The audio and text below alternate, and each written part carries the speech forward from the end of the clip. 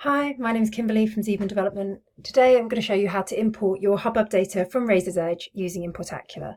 So first of all, go to the plugins area in Razor's Edge, select Importacular and Hubbub from the menu, and then click Start. We can choose the number of contact details to retrieve for a donation. I'm just going to select one. And we can either run from the last date we did run an import, or we can select a specific date. So I'm going to select my last week of donations. And we can instantly see that we've got 4 records to import into Razor's Edge. Now we need to create a mapping template so we know where to put this information.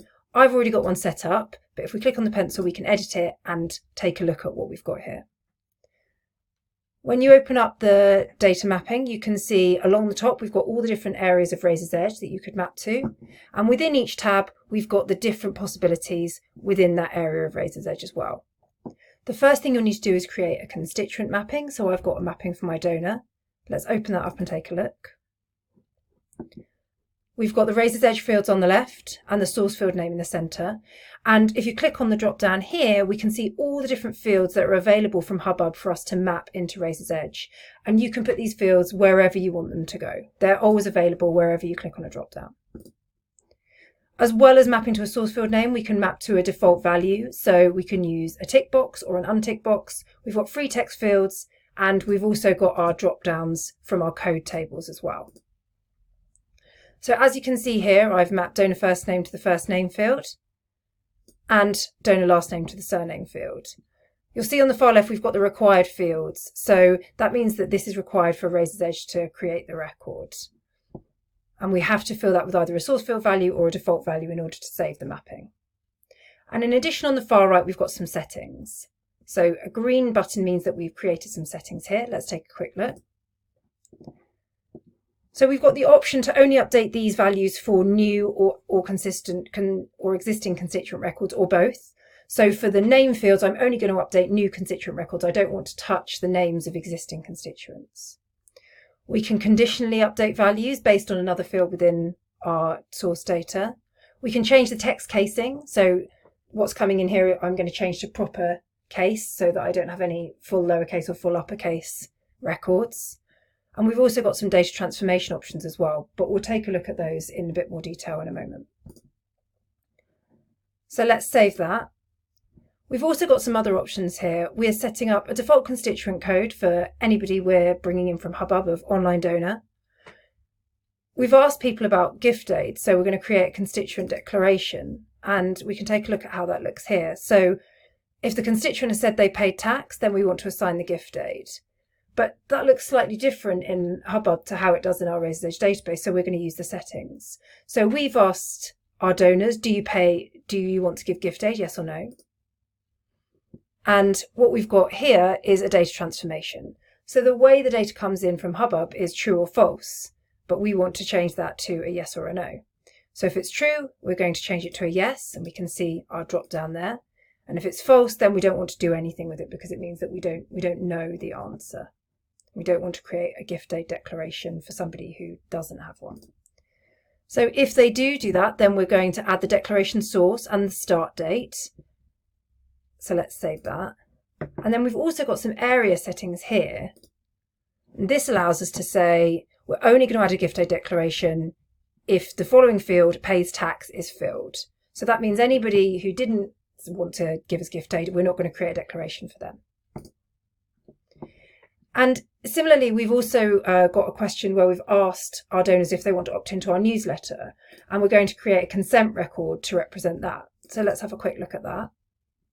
So you can see we've got some default values here. So with the category and the channel, we've got a date of consent is going to be the gift date. Our response for the Stay in Touch newsletter, again, we've got the true or false translating to yes or no, and we've got a source. And once again, we've got some area settings that allow us to determine whether or not these consent records are added. So if we're finding a matched consent record, we're not going to add a new one. We can choose the matching criteria, and we can also only add a consent record if the channel and response have a value. So if somebody has said they don't want to opt into my newsletter, I'm not going to be adding a consent record in this instance. So as well as the options we've got here, on the second tab along, we've got addresses here. So here we can add a physical address, an address attribute, a phone and email, and any links. I've got my address and my email set up here. Let's just take a quick look at the address field. So here we've got all the fields mapped, as you would see. And under country, we've got some transformations. So let's have a quick look at those. So this is really useful when you've got code table entries coming in that don't match what you've got on Razor's Edge. So for example, you might have United States on your entry in Hubbub, but you want that to come in exactly as you've got it in Razor's Edge, or rather it might say just US on Hubbub, and you want to make sure it always comes in with a code table. So by using these transformations, we can ensure that there are no errors and we don't miss importing any fields either. Okay, so once you're happy, and of course, finally, we've got our gift. So once again, our gift is created and we can then add gift attributes, gift notepads and so on to our original gift. Let's take a quick look at that. Obviously, with the gift import, there are far more required fields, and you can fill these with a combination of source fields and default values. And you can see that that's all how I've set up here. Now, we're not seeing all the gift fields here because there's a very, very large number of fields. We're showing the common fields, but if there's anything missing that you want to map to, you can find that by clicking on the drop down here. Okay, so once you're happy with that, we can save and close it. We're going to create a control report, and this will just show us any errors there might be in the process. And we can create a query of new and updated constituents as well, so we can easily find the people that we've imported data for. So we can click on continue. And all of those records will be looked up on Razor's Edge prior to importing. So on the main screen here, when we're reviewing the data, we can see which ones are brand new records and are therefore going to be created, and which ones are existing records and are going to be updated. The top record's a brand new one for Razor's Edge, as is the second one down. Now the third one down is the same person, and that's because they've probably given more than one gift. So there are two records, but of course they're a match. So we don't want to create two of these people in Razor's Edge. So you can see by this little symbol, this is a grid match, and this is set to update. So the first record will create the constituent, and the second one will simply update that created one with the additional gift. And then finally, we've got an update. So this person has been found in Razor's Edge as a match, and we can see this person here. If we double click on that logo, then we can take a look at their record. And we can scroll across and see the type of match it is. So this is a good match, so it's been set to update this record. But if you thought this was a new person, you just click on the drop down and you can change that to create, or you can choose to ignore it and deal with it at a different time. The matching criteria for looking up in Razor's Edge have been set with default values based on name, email address and address, but you can change these. They're completely customizable to your data, so you can always find the appropriate matches in your data. As well as this summary screen, we've also got the ability to drill down into every single data point we're going to bring into Razor's Edge using the tabs along the top. So if we look at the constituent data that we've got here, we can see the first name and surname that I mapped. We've also got our constituent code, our gift aid information, and our newsletter opt-in as well. We've got our addresses, our email addresses, and the great thing about this as well is that if you see an error here, anything that's just text, you can very easily change it. So if you noticed a typo,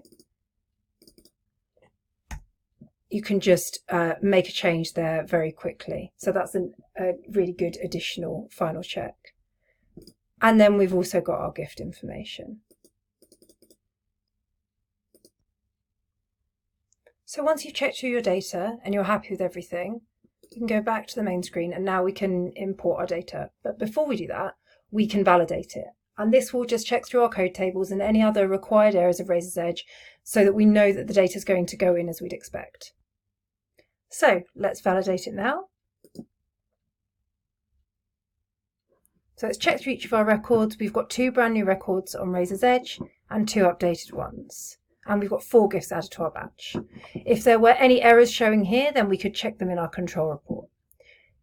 But everything looks okay, so let's close that We'll untick the validate button and we'll say import now.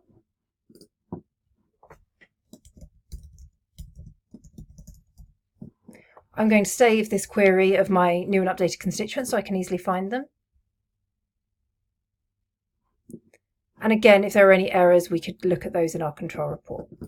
Now those records have imported successfully, so let's go and take a look. If I find my query,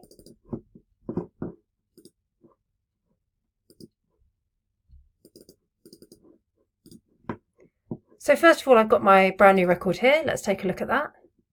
So we've got all of my biographical information, my address, my email address. I've got my online donor code that's been added today. I've got my declaration information, my consent record, but I don't have any gifts, and that's because all the gifts are in a batch. So let's go and commit that batch to save the gifts. So here we can see the description is Importacular Hubbub data source. If we open it up, we've got my 4 gifts in here with all the information that we added in our mapping template. So let's commit that.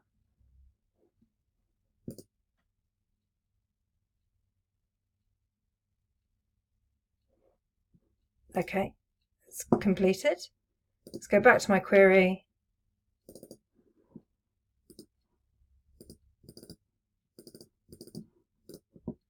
And now if we take a look at that same record, we can see my gift has been added with all the information included from my mapping. So we also had an updated record, so let's take a look at that.